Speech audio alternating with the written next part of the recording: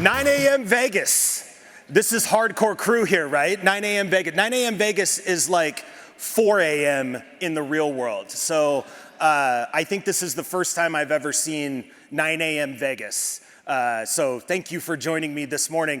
Again, my name's Nick. I am the Vice President of Marketing at Ackley Brands. I have a long career in the beer business, so I'm going to talk to you today about hopefully our favorite topic in the world, beer. But before we get to that, a little bit about me. I grew up in God's country, Eugene, Oregon, up in the great Pacific Northwest. I did go to the Harvard of the West Coast, the University of Oregon, where I studied finance or finance, depending upon where you're from in the country. After college, I then moved down the road to Scottsdale, Arizona, where I got into the white-hot real estate business as a mortgage lender in 2005 and 2006. It was an awesome time, but after a while, my then wife, now ex-wife, that's a whole other breakout session we'll be doing in the bar later on this evening. If you want to join me there, we'll go way into it. But we decided to have kids, so that meant a move back up to Oregon, Portland, Oregon, and again, continuing my career in the mortgage industry. For those of you financial historians of the United States, this was in 2008, the perfect time to be in the mortgage industry. It was awesome. So I learned really quickly that I sucked at mortgage lending. I was just really, really bad at it. I'm not a very good salesman, but I loved marketing. I loved the fact that every LO at my company was trying to build their own brand. And I love the fact that that carried with it some storytelling and some propositions, and I got really into it, super, super nerdy into marketing. And through a couple fits and starts and kind of getting my foot in the door with marketing jobs, I got my first job in beer in 2010 at Rogue Ales, which makes Dead Guy Ale. It's a really popular Northwest brand. And Rogue was started by a bunch of ex-Nike guys. Again, you got Nike in Portland, and these are the Nike guys that like brought Michael Jordan to market. So it was all about hardcore marketing and connecting with consumers. So after about 5 years as the director of marketing there, I went to work for Widmer Brothers and then Kona Brewing Company out of Hawaii, where I had to go to Hawaii for work, which was super fun. After that, I met my current wife, my now wife, my existing wife, the love of my life. And so, you know, as you do, that meant a move up to Seattle, and I took a job with Elysian Brewing, which is part of the Anheuser-Busch network. And then in November of last year, I took a job as brand director at Boneyard Beer in Bend, Oregon, building their brand. They had never really had a brand before. Shout out to Boneyard, love those guys.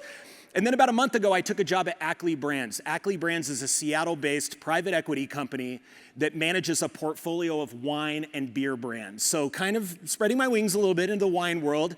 But over the last 15 years, I've had the chance to do some really amazing creative work. We delivered pumpkin beer during Halloween door to door to consumers using scare actors from the Georgetown morgue up in Seattle. We worked with NBC Universal on creating a beer for Chucky, which was an awesome project. They actually sent us a Chucky doll, which, by the way, is $3,000 if you don't send it back and is absolutely terrifying. We also did a collaboration with Rolling Stone and launched this beer at the Super Bowl, which was a wild event. And then we did the first of its kind big national campaign for Space Dust IPA called Open Space. And this led to Space Dust being the #4 IPA in the country. And then we took the avatar of that label, who we call Dusty, and we got him stoned and created Dank Dust. Now, the lawyers will want me to say that Dusty is tired. He is not stoned, but the beer is called Dank Dust. We launched it on 420. You do the math. We also held an event with 7,000 of our closest friends in downtown Seattle where we tapped a pumpkin, an 1,800-pound pumpkin full of beer, and served it to everybody. Coincidentally, about 8 kegs is what fits in an 1,800-pound pumpkin. So, what in the hell does this have to do with real estate? Great question. I'm not just here to talk to you about kind of the magic of beer, which would be amazing, but believe it or not, real estate and beer actually have a ton in common. And do not think for a second that you people in this room own the market on shitty headlines for your industry, because beer has been on a losing streak for 2 years. We had 10 years of being the prettiest girl at prom, so to speak. We could do no wrong, double-digit growth every year. And then all of a sudden, with massive competition and changing tastes, the world has changed considerably. At any given point in time in this country, there are roughly 160,000 IPAs on the taps and shelves of the over 10,000 craft breweries in this country. Now note, I did not say 160,000 beers. I said IPAs. This is what we're up against. You go to your grocery store, you walk down the aisle, this is what you see. This is actually just a snippet of the West Coast craft beer at a grocery store in Seattle. This is what we're up against. Now, a customer walks down this aisle. How long do you think they take before they make their purchase decision? Throw out a time. How long do you think? 45 seconds? 3 seconds? Close. 7 seconds. That's what we've got. We've got 160,000 IPAs and 7 seconds. Everything we do in the beer industry matters. What that packaging looks like, what the colors look like, what the fonts look like, how it attracts its consumers. At grocery store, we know that consumers are shopping by style. So they're looking for an IPA or a Pilsner or a lager. So we have to make that loud and proud. You can see the Lagunitas cases down bottom left. IPA, Pilsner, really big. Convenience stores sell more beer than grocery, than bars, than restaurants. They are a hotbed for beer sales. The average grocery store trip is about 35 minutes long. At a convenience store, it's just over 3 minutes. And in that 3 minutes, a customer will pass by about 600 different category displays. That's your competition. Now, we know at convenience stores that customers shop by ABV. They shop by the alcohol in the beer. So the next time you're in a convenience store, look at the single-serve beers. You'll see that alcohol percentage pointed out in a really, really big way. And on top of everything, as if the 160,000 IPAs and the massive stock shelves and the 7 seconds and the 3 minutes and 20 seconds aren't enough, we've got another thing against us. And this is my favorite term in the beer industry, and this will be the first of a couple gifts I will give to you. So you're welcome for this term. It is called share of throat, right? Like, this is what we talk about in beer, share of throat. It was actually coined by a Coca-Cola executive back in the 80s, and essentially what it means is out of all of the beverages available to you as a drinker, what beverages kind of dominate your palate, right? And what's fascinating, who in here, clap your hands if you're over 35. I'm over 35. Yes, I love you. You are my people. You are single item drinkers and maybe one other thing. You drink beer and maybe whiskey. You have wine and maybe a cocktail. Oh, you are my people. Easy to market to. I know how to talk to you. Clap your hands if you're under 30. Oh, you are the worst. You are the worst. You are the worst. You drink everything at every time. You drink seltzers in the morning and you drink wine in the middle of the night, and it makes no sense. And then you'll just stop drinking for 6 months for no reason and you'll drink non-alcoholic beer. You're impossible to market to. So there's an added speed bump. So how do we do battle in this market? How in the hell does a poor beer guy like me survive? Well, the answer is you better be really damn good at building brands. Because getting customers is the role of marketing, but keeping customers is the role of branding. So what is a brand? Well, to illustrate this story, I'm going to tell you a story about a friend of mine. This is Steve. Okay, Steve is my neighbor in Bothell, Washington. In Bothell, Washington, it's like where they invented the suburbs. Shout out Bothell. It's like the Dockers khakis of Seattle, right? It is so suburban. Nice people, big wide streets, super clean. One night I'm watching a football game with Steve and his son, Caden, pictured here, says, "Nick, you're in marketing. What exactly is that?" And I'm like, "Well, Caden, okay." So you look out in the driveway and you see your dad's car, right? So here's the thing, Steve owns a Jeep. And not only does he own a Jeep, this is an old picture. His wife calls it the Blueberry Miracle. This thing now has 36-inch tires on it. It's lifted like 3 inches. It has a locking gas cap on it, like a locking gas cap, right? He bought all this aftermarket stuff on it. Again, he lives in Bothell, Washington, right? He doesn't live in Yosemite National Park, right? He lives in Bothell. I mean, this thing even has a winch. It's got a winch. Like, who needs a winch for, the rain in Seattle? But this is the thing. This is Steve's fantasy. This is Steve going to the grocery store, right? This is what he thinks he's doing. No top, doors off, hair flowing in the wind, like fog hat on the radio or whatever the hell he listens to, right? This is Steve, hardcore, all terrain. But the reality is this is Steve. right? Steve's four-wheeling is, I mean, have you ever seen like the double speed bumps in the grocery store? That's hardcore, right? That's like, well, you know, we gotta go hardcore on this. But this is Steve's reality. And I looked at Caden and I said, buddy, that's marketing. And in reality, that's branding. Because what Jeep has done is they are speaking to Steve's soul. Steve views himself in the Jeep brand, weirdly, right? There is something about Jeep that is ringing the tuning fork inside of Steve.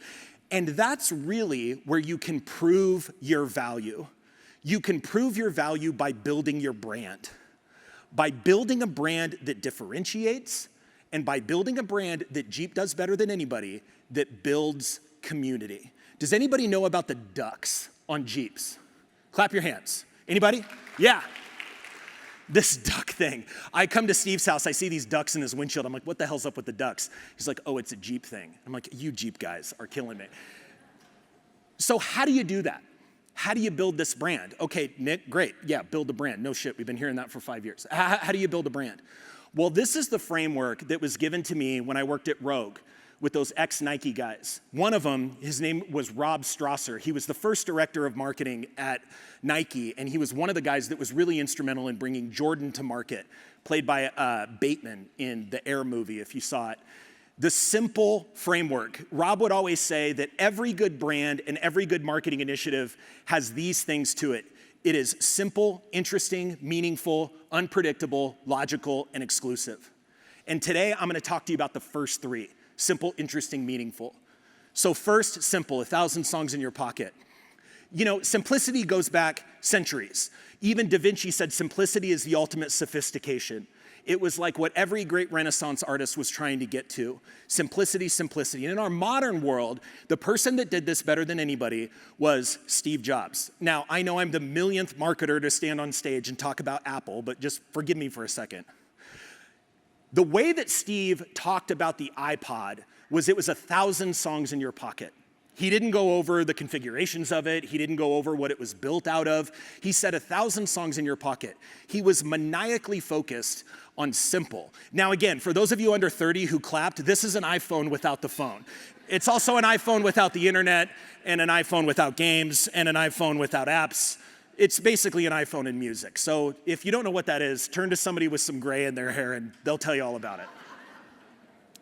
But think about what your proposition is to your client. Are you being simple?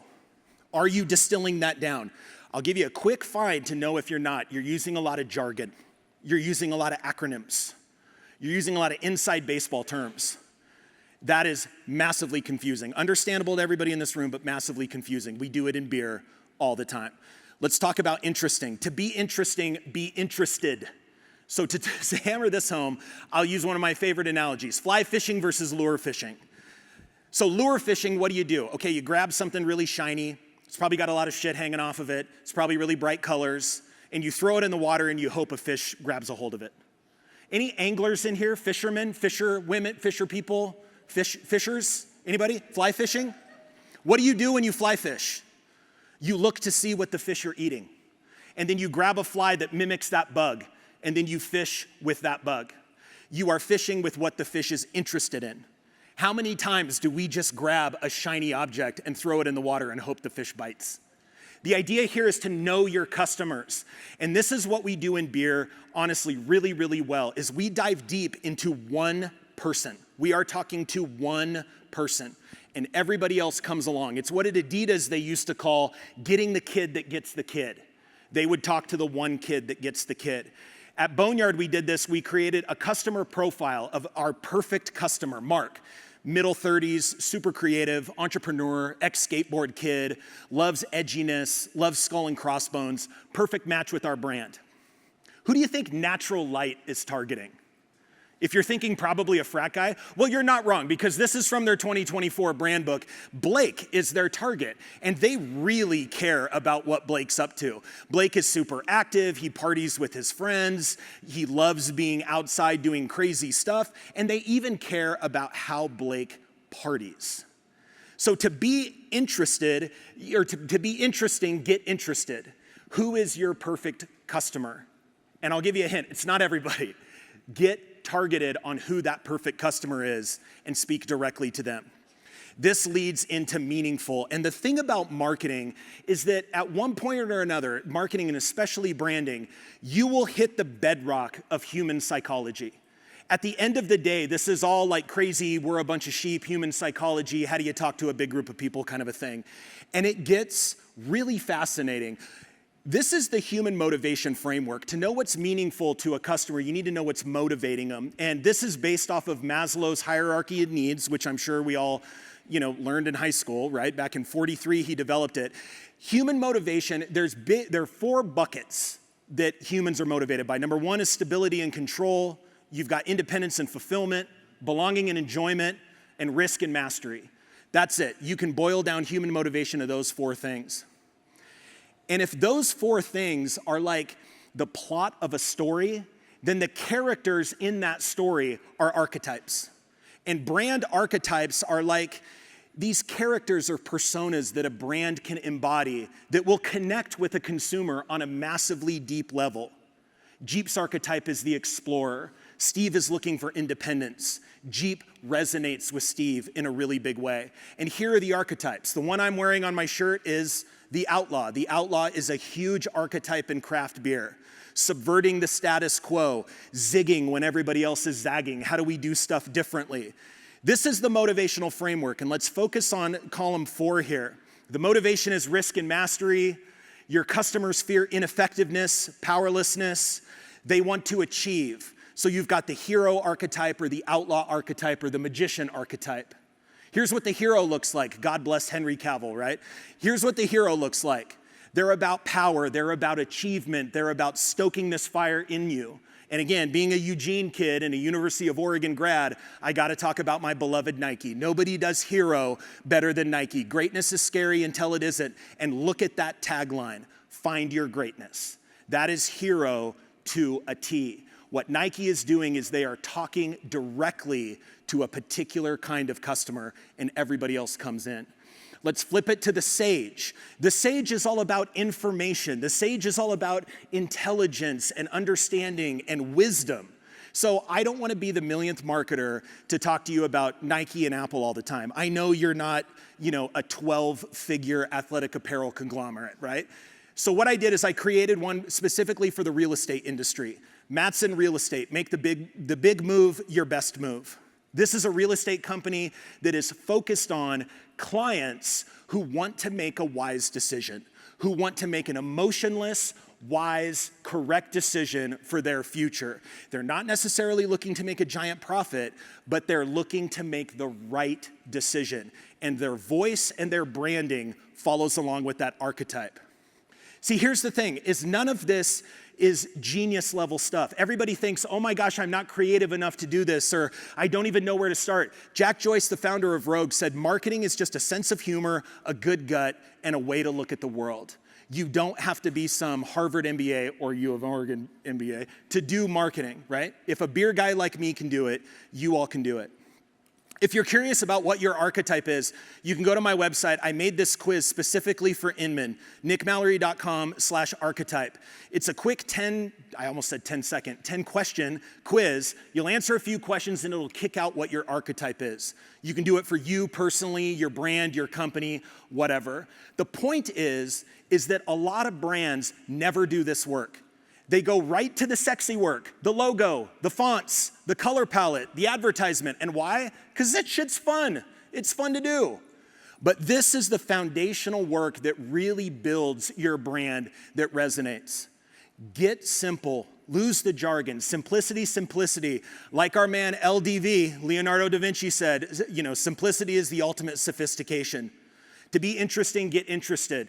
Build your consumer profile. Who are we going after? Whoever it is. First-time home buyers, luxury real estate, billionaires, whoever it is. Pick your customer and build their profile. Meaning and motivation is at the core of your client. What are your clients motivated by? What are their fears? And how can you build your brand's archetype to connect with that? I'm going to leave you with one of my favorite quotes from the venerable screenwriter William Goldman. You've seen a bunch of his movies. He wrote The Princess Bride, a bunch of other ones. He said famously, nobody knows anything. And my God, this is so true in marketing. Don't think for a second that you can't do this work. It is a matter of sitting down and writing it out and thinking it through. Goldman said, not one person in the entire motion picture field knows for a certainty what's gonna work. Every time out, it's a guess. And if you're lucky, an educated one. The simple framework, your customer's motivation, be interested to be interesting, and being simple. Hopefully with those frameworks, when you build your brand, you'll be able to make the best educated guess possible. Thanks a lot for the time, everybody.